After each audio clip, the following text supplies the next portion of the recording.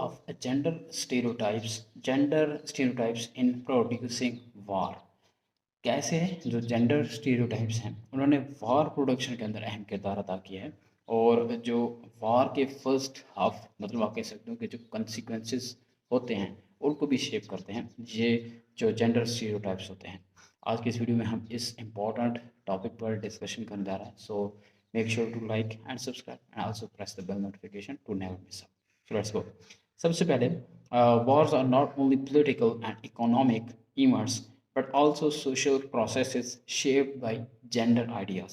ये सिर्फ ऐसा नहीं होता कि इनको कुछ इकोनॉमिक रीजंस की बना पर लड़ा जाता है या पॉलिटिकल रीजंस की बना पर लड़ा जाता है, ये कुछ जेंडर रीजंस भी होती हैं जिनकी बेस पर इनको लड़ा जा रहा होता है।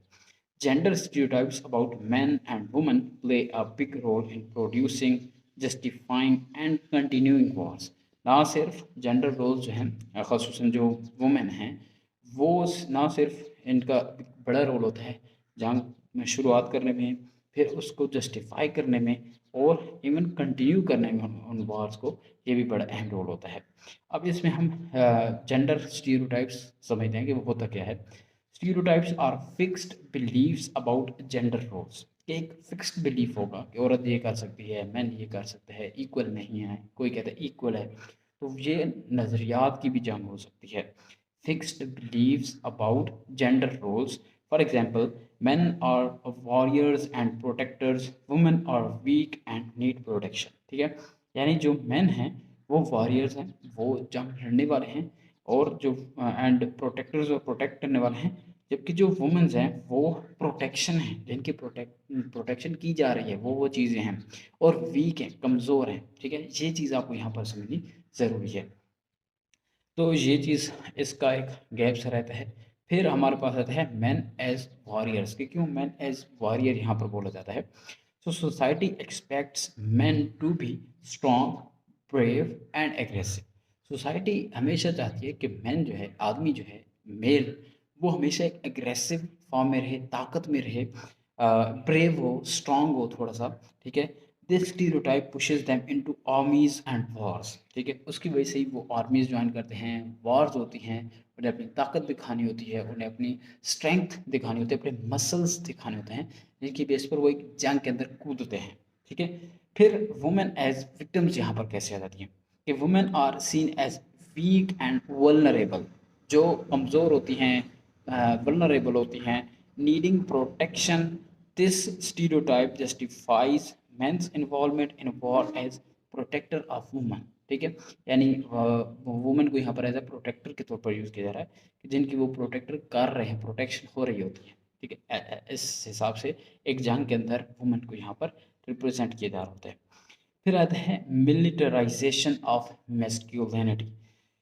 War culture glorifies masculinity. Men who fight are called heroes। आपने देखा होगा यूरोप के अंदर बहुत बड़े बड़े हीरोज हैं।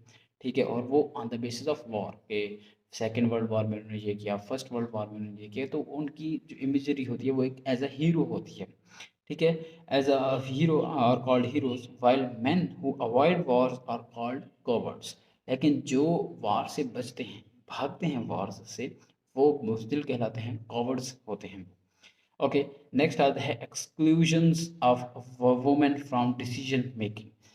एक इंक्लूजन हो सकती है मैन की, बट जो औरतें होती हैं एट द सेम टाइम उनको एक्सक्लूड किया जाता है इनसे, डिसीजन मेकिंग के अंदर से, बाकी सारी चीज़ों के अंदर से। तो एक काइंड ऑफ ड्रिफ्ट यहाँ पर आता है हमारे पास कि स्टीरियोटाइप्स से women are too emotional for politics. As a result women are excluded from peace talks and war decisions. कि जो ख़वातीन होती हैं वो बहुत ज़्यादा इमोशनल होती हैं। आपने देखा होगा कि ज़्यादा रोने लग जाती हैं, बहुत जल्दी कमज़ोर पड़ जाती हैं, उनको अपने एहसाब पर इतना ज़्यादा कंट्रोल नहीं रहता, तो वो बहुत जल्दी इमोशनल हो जाती हैं। तो इसलिए जो स्टीरियोटाइप्स हैं वो कहते हैं कि औरतें हैं उन्हें पीस टॉक्स जो होती हैं उनके अंदर, और जो वार डिसीजंस होते हैं, जंग के फैसले, उसके अंदर से उनको बाहर रखा जाता है, उसके अंदर उनको इन्वॉल्व नहीं किया जाता है यहाँ पर। फिर अब use of women in propaganda, even they use them for propaganda, वो हो सकता है। तो वो कैसे है, during conflicts women are shown as symbols of honour, protecting them becomes a reason to continue fighting. कि उनकी हिफाजत का बहाना बनाकर जंग जारी रहती है, जंग चलती रहती है, एंड वो आगे आके धकेली जा सकती है। ठीक है, तो इसके हिसाब से हमें देखते हैं। फिर आ जाता है sexual violence in Wars. Wars के अंदर, जंगों के अंदर इन वायलेंस का कैसे इसका यूज़ होता है वो अब हम देखते हैं। तो stereotypes about women's bodies being objects of control lead to rape being used as a weapon in wars. ठीक है, उनको एज अ विक्टिम बनाकर पेश किया जाता है, जिनके साथ कुछ होता है फिर उसका रिटेलिएट आता है और इस तरीके से जंग कंटिन्यू रहती है। तो ये एक रिटेलिएशन की वार भी आप कह सकते हो, जिसमें वुमन को एज अ विक्टिम दिखाया जाता है, विक्टिम कार्ड खेला जा रहा होता है, उनकी इमोशंस को यूज़ किया जाता है, which is not good enough, it's unfortunate to say, but it's true, it's happening, and यही चीज़ चल रही है। ठीक है, इसके बाद हमारे पास आ जाता है नेक्स्ट चीज़, which is example from Pakistan and इस region. In conflicts in Afghanistan and tribal areas of Pakistan, women faced displacement, violence, exploitation, but were not part of peace building. खवातीन डिस्प्लेस हुई, एक जगह से दूसरी जगह उनको ले जाया गया। ठीक है, हिजरत करने पर मजबूर हुई, वायलेंस का शिकार बनी, वायलेंस हुआ उन पर और एक्सप्लॉइट किया गया, उन्हें काफ़ी ज़्यादा तंग किया गया, एक्सप्लॉइट किया गया। बट जो पीस मेकिंग थी, जो डायलॉग्स होते हैं, जो डिस्कशंस होती हैं, मुज़ाकरात होते हैं, डेलीगेशंस आते हैं, उनमें ख़वातीन नहीं थी। ठीक है, तो ये एक पीस बिल्डिंग के अंदर इसको देखा जाता है। अब हम देखते हैं इकोनॉमिक इम्पैक्ट ऑन वुमन, कि वुमन के ऊपर इकोनॉमिक इम्पैक्ट कहाँ तक बनता है, क्या बनता है, वो देखते हैं। Wars destroy homes and livelihoods, woman take extra responsibility for families but remain invisible in post war recovery. War के दौरान अभी हमने वजीरिस्तान में देखा, ठीक है, after the war, post war, वहाँ पर जो हालात थे वो तमाम के तमाम तबाह हो चुके, घर तबाह हो चुके, फर्नीचर तबाह हो चुका, सारी बिल्डिंग्स ख़त्म हो चुकी हैं। ठीक है, तो ये सब कुछ हो चुका। ठीक है, उनके जो ज़िंदगी भर की कमाई थी वो ख़त्म हो चुकी, but still at the same time उनके साथ जो मौजूद हैं, जो उनके साथ काम करवा रही हैं, ठीक है, वो ख़वातीन को वहाँ पर एज एन इनविजिबल डिटेक्ट किया जाता है, इनविजिबल ट्रीट किया जाता है। ठीक है, वो उनको ज़्यादा इतनी पसीराई नहीं मिलती, उनको इतना ज़्यादा सामने नहीं लाया जाता, हालांकि वो भी उस रिकवरी के अमल के अंदर, उस रिहेबिलिटेशन के अमल के अंदर उतना ही रोल प्ले कर रही होती हैं जितने बाकी ग्रुप्स रोल प्ले कर रहे होते हैं। तो this is not a different thing, this is something we need to work on. तो अब नेक्स्ट हमारा इस्लाम इस पर क्या करे, इस्लामिक पर्सपेक्टिव क्या है। Islam strictly forbids harming women, children and civilians in war.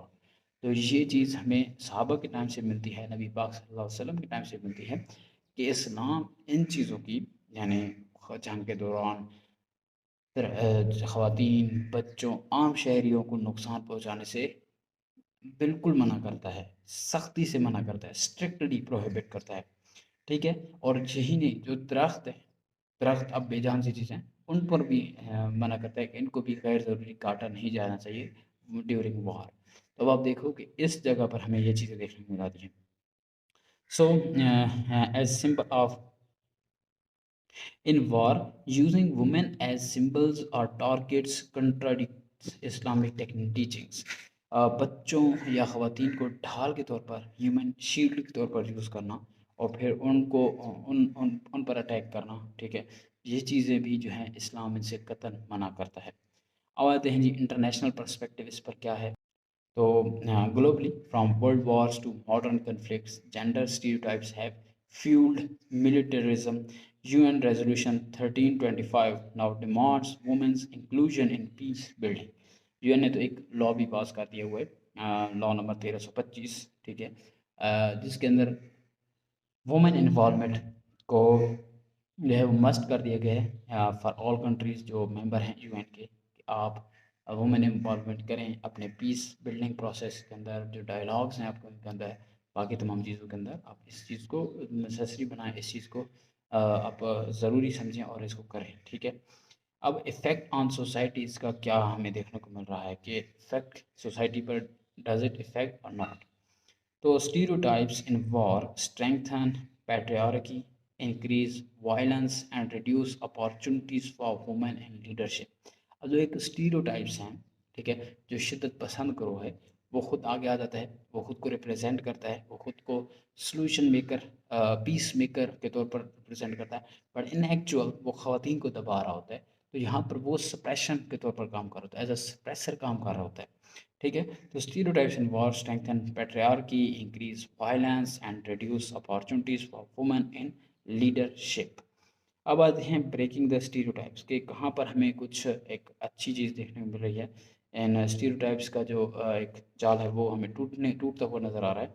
तो peace building requires recognising women as leaders, negotiators and equal citizens, not just victims.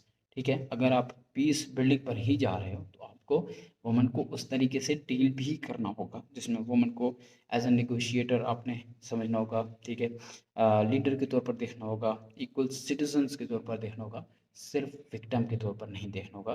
तभी ये स्टीरियोटाइप्स का जो एक गरूर है, प्राइड है, वो ख़त्म होगा।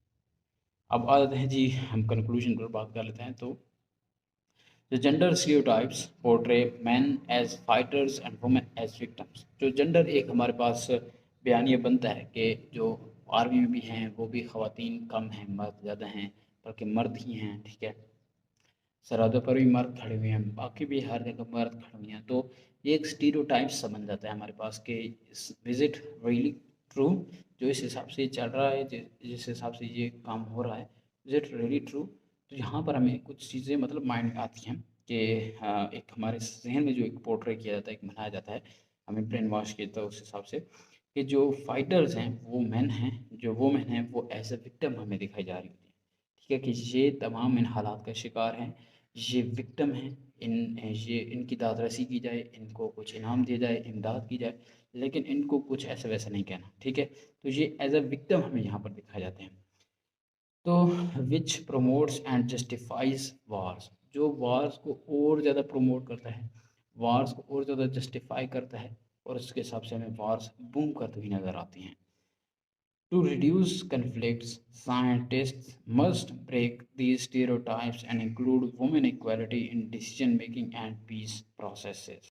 अगर हम वाकई इसके अंदर संजीदा हैं कि हम चाहते हैं कि ये स्टीरियोटाइप टूटे, कुछ अच्छा निकले, कुछ बेहतर निकले, तो we definitely need to work on कि हमें जो ख़वातीन हैं उनको डिसीजन मेकिंग के अंदर, उनको पीस प्रोसेसेस के अंदर, उनको साइंटिफिक फील्ड्स के अंदर, इंजीनियरिंग फील्ड्स के अंदर, एआई फील्ड्स के अंदर, एमर्जिंग फील्ड्स के अंदर, इनके अंदर उनको पॉलिसी मेकिंग फील्ड्स के अंदर हमें शामिल करना होगा। ठीक है, एक फेमस वाक़या है वो सुनाता हूँ और वीडियो भी एंड करता हूँ। आई थिंक एक सुलह हुदैबिया के मौके पर था या समहाउ कुछ ऐसा वैसा। हाँ, सुलह हुदैबिया के मौके पर नबी पाक सल्लम फरमा रहे थे हिजरत, और हज के लिए वो जा रहे थे अपने सहाबा के साथ। तो एक पॉइंट पर वहाँ पर जाकर उन्हें इतला मिली कि कुफ़ार इस साल हज नहीं करने दे रहे। तो वहाँ पर उन्होंने हज़रत उस्मान बिन अफ़्फ़ान को भेजा अपनी तरफ से नुमाइंदा, कि उनके साथ एक पीस डील की जाए, जो बाद में मिसाक, आई थिंक सबसे पहला मिसाक था, पीस मेकिंग था, सुलह हुदैबिया जिसे कहा जाता है वो था। तो वहाँ पर जब उन खेमे लगाए हुए थे तो नबी पाक सल्लल्लाहु अलैहि वसल्लम ने हरम वो बांधा हुआ था। ठीक है, उसको क्या कहते हैं, मेरे ख्याल में हरम कहते हैं, तो वो बांधा हुआ था। तो जब वो वापस आए तो उन्होंने कहा कि इस साल हम हज नहीं कर सकते। तो अब नबी पाक वसल्लम ने सबको बोला कि हम नहीं कर सकते, हम यहीं से वापस आएंगे और कुर्बानी यहीं पर करेंगे। हालांकि उससे पहले कुर्बानी वहाँ पर होती थी। तो अब वहाँ पर लोग नबी पाक वसल्लम की तरफ से, शोपानी की तरफ से देख रहे थे, क्या ये वाकई ऐसा होगा, नहीं होगा, क्योंकि पहले ऐसा कभी भी नहीं होता, हालांकि वो नबी थे वाकई। बट उसी वक्त एक नबी पाक वसल्लम के साथ उनकी कोई जोजा मोहतरमा थी, अब नाम आई एम नॉट श्योर कौन थी। तो शी सेड कि "ऐ अल्लाह के प्यारे, अगर आप खुद पहल करेंगे, खुद अपना ये हरम उतारेंगे, खुद कुर्बानी करेंगे बकरे की, तभी ये आपको देख कर ऐसा करेंगे।" तो नबी पाक वसल्लम did the same as she said. तो उसके बाद सब ने वैसा ही किया। तो ये चीज़ थी जिसने उनको उस क्यास से, उस हैजानी कैफियत से बाहर निकाला। यानी एक औरत थी जिसने उस टाइम पर उस क्यास सिचुएशन के अंदर हेल्प आउट किया, अपना बेहतरीन मशवरा दिया। तो समटाइम्स औरतों के इमोशंस हर वक्त गालिब नहीं आ जाते, समटाइम्स वो कुछ अच्छा भी कर सकती हैं, कुछ बेहतरीन मशवरे भी दे सकती हैं, कुछ अच्छे तरीके से भी चला सकती हैं इंसान को। तो ये थी आज की हमारी वीडियो, एंड इसमें हमने इन चीज़ों को डिस्कस किया। बिलीव मी, ये टॉपिक्स बहुत मॉडर्न हैं। तो इंशाल्लाह नेक्स्ट वीडियो में मिलते हैं किसी और इंटरेस्टिंग टॉपिक के साथ। बट आपसे एक रिक्वेस्ट है जाते हुए कि इस चैनल को लाइक और सब्सक्राइब करके प्यार दें, और कमेंट सेक्शन में भी आप बता सकते हैं किन टॉपिक्स पर हमें मज़ीद वीडियोस बनाना चाहिए, सो दैट मैं उन टॉपिक्स पर भी डिटेल से आगे आने वाले चैप्टर्स के अंदर वीडियोस के अंदर डिटेल से वीडियो बना सकूँ। So till then tata bye bye, thanks for watching.